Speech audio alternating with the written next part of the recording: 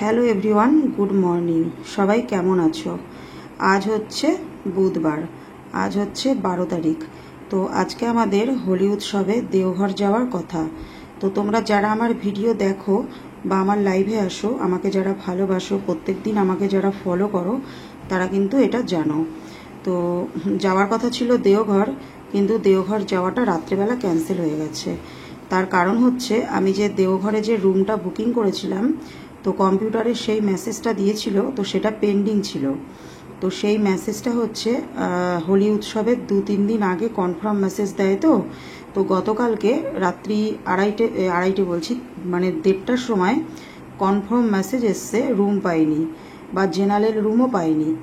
পেয়েছি হচ্ছে প্যান্ডেল বলতে, যেহেতু উৎসবে অনেক হাজার হাজার মানুষের আগমন হয় দেওঘর হোলি উৎসবে, তো প্রচুর মানুষ, ঘর তো রুম সব বুকিং হয়ে যায়।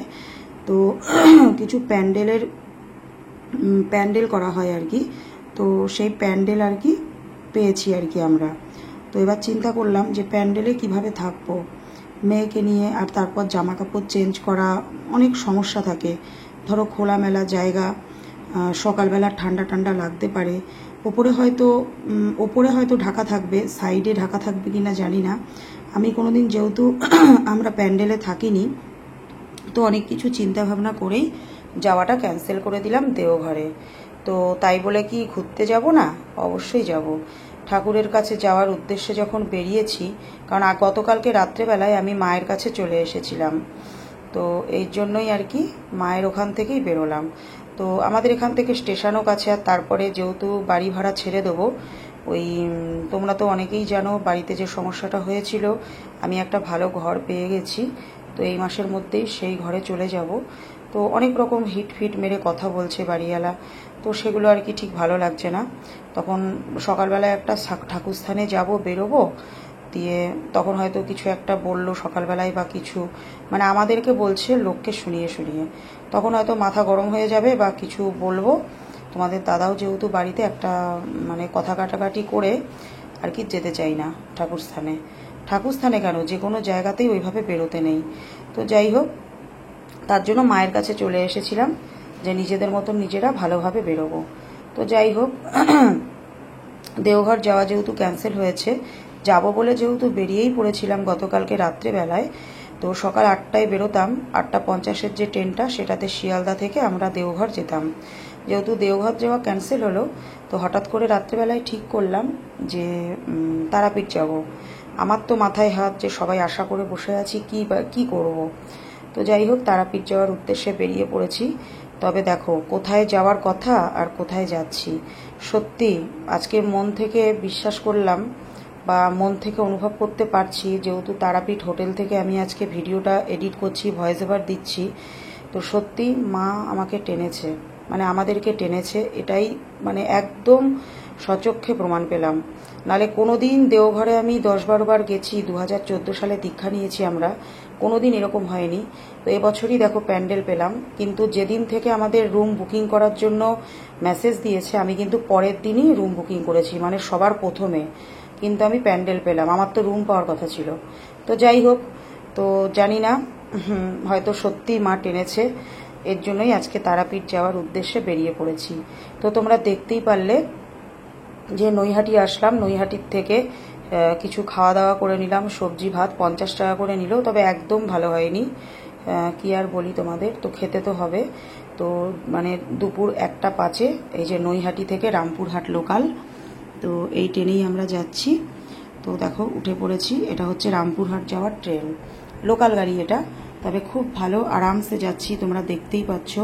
সত্যি যাওয়াতে কোনো কষ্ট হয়নি। তো মানে ট্রেনের মধ্যেই মানে বলাবলি করছিলাম আমরা, তোমরা তো ভিডিও দেখলেই বুঝতে পারছো আর বুঝতে পারবে।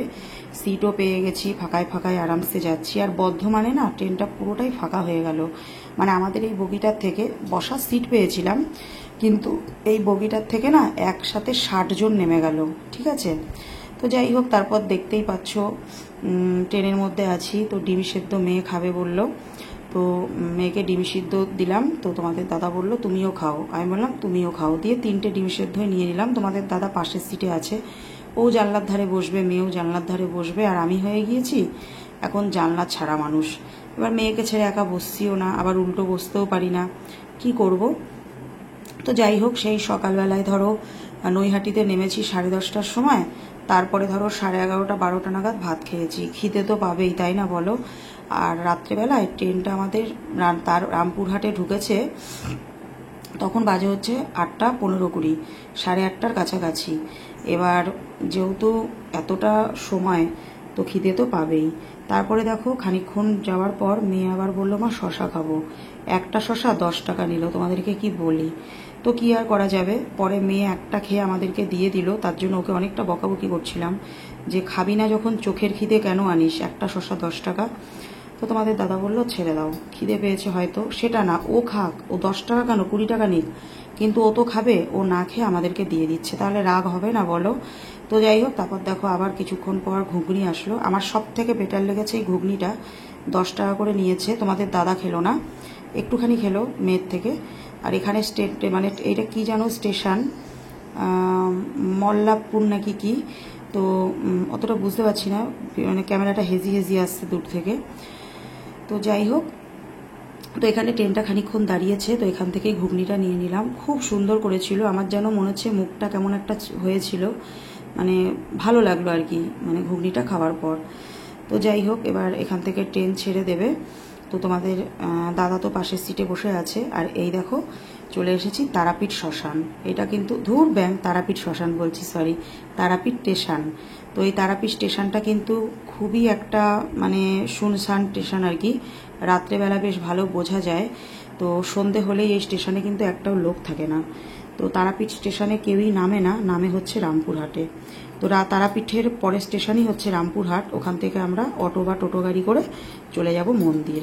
তো তারাপীঠ স্টেশন থেকে এর আগে একবার আমরা রাতের ট্রেনে এসেছিলাম, তখন বুঝতে পেরেছিলাম একদম শুনশান, মানে এত ভালো লাগছিল দেখতে, একটা অন্যরকম হরর হরর ব্যাপার।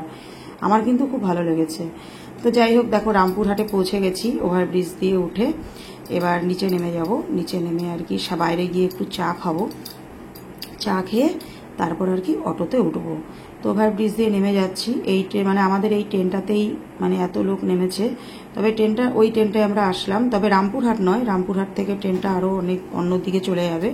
তো এই হচ্ছে রামপুরহাট স্টেশন। খুব ভালো লাগে আমার এখানে আসলে। আর দেখো মায়ের মন্দিরটা, যে আমাদের যে তারা মায়ের মন্দিরটা, সেই মন্দিরটা কিন্তু মানে রামপুরহাটে কিন্তু রামপুরহাট স্টেশনে কিন্তু দেখো একদম যেন মায়ের মন্দির, মানে পুরো মনে হচ্ছে মায়ের মন্দির, তাই না। এটাই কিন্তু খুব ভালো লাগে আমার, আমি তো অনেকবার এসেছি তারাপীঠ। তো যাই হোক, এবার এখান থেকে চা পেলাম না, কারণ এই স্টেশনে যে চায়ের দোকানগুলো ছিল, তো চায়ের দোকানগুলো দেখলাম সব উঠিয়ে দিয়েছে। আমি যখন মাস 6-7 আগে এসেছিলাম তখন কিন্তু চায়ের দোকানগুলো ছিল। তো একটা দোকান আছে, ছোট্ট ছোট্ট কাপ 10 টাকা করে বলছে। তোমাদের দাদাকে বললাম চলো বাইরে গিয়ে খাবো।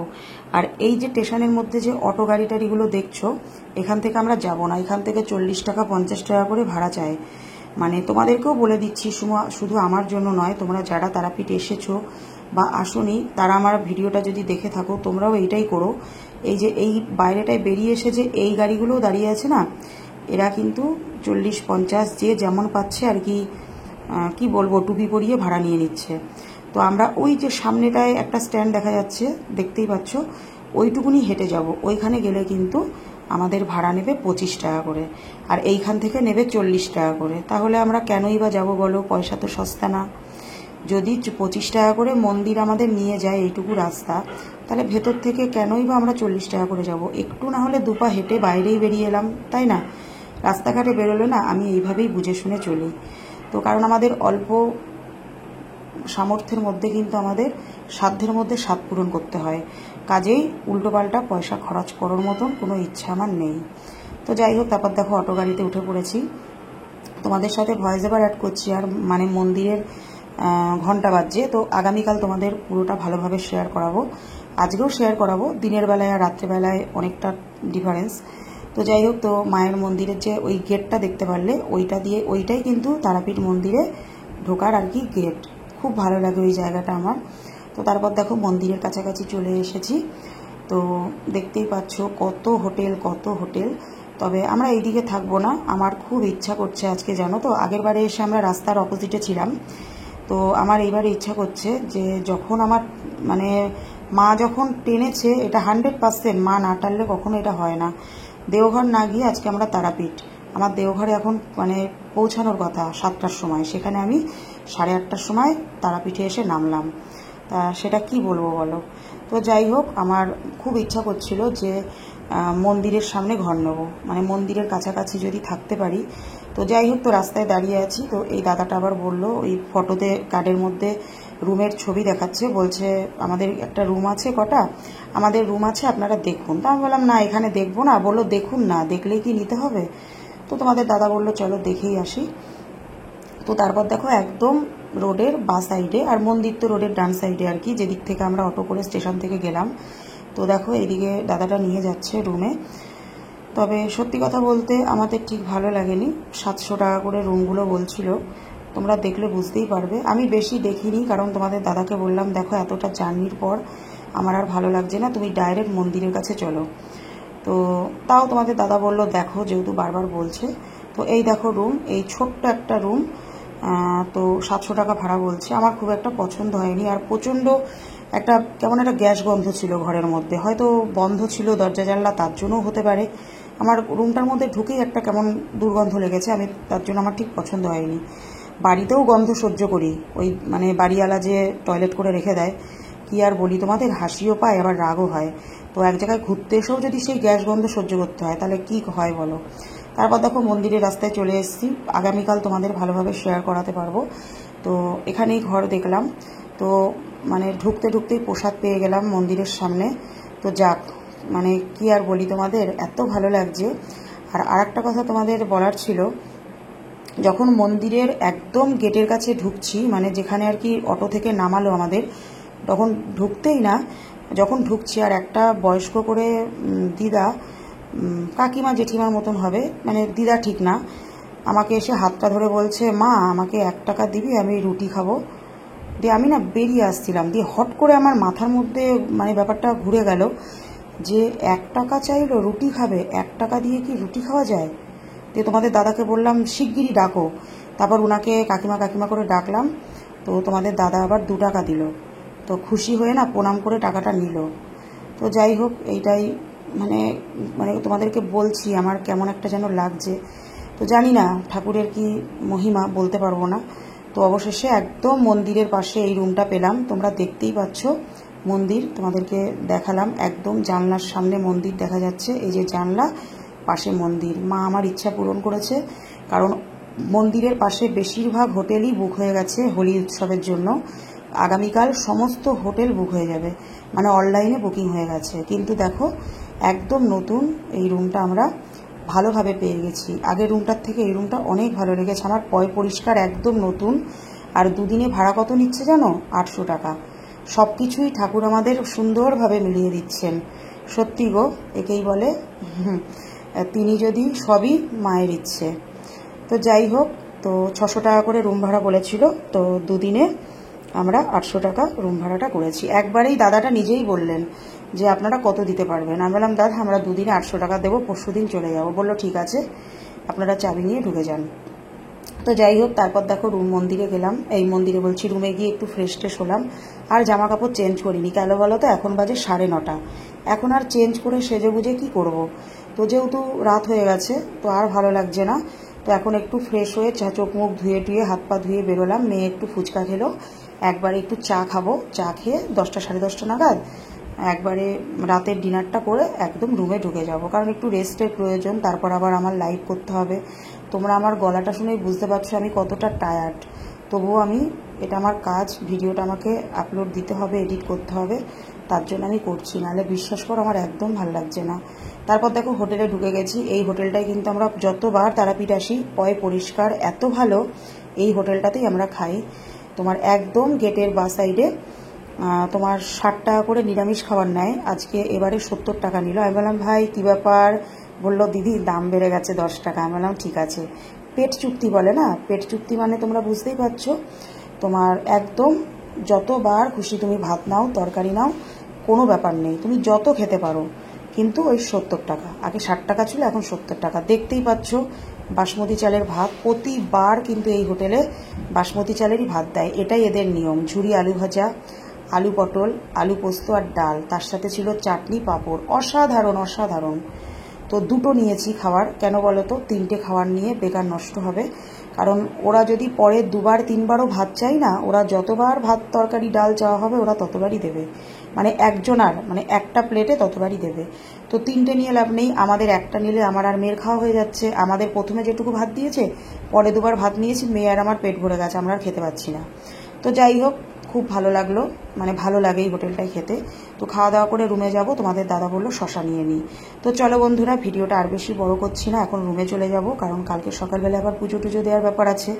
তো আজ তবে এ পর্যন্তই, দেখা হচ্ছে আবার আগামীকাল। সবাই ভালো থেকো, সুস্থ থেকো, গুড নাইট সবাইকে।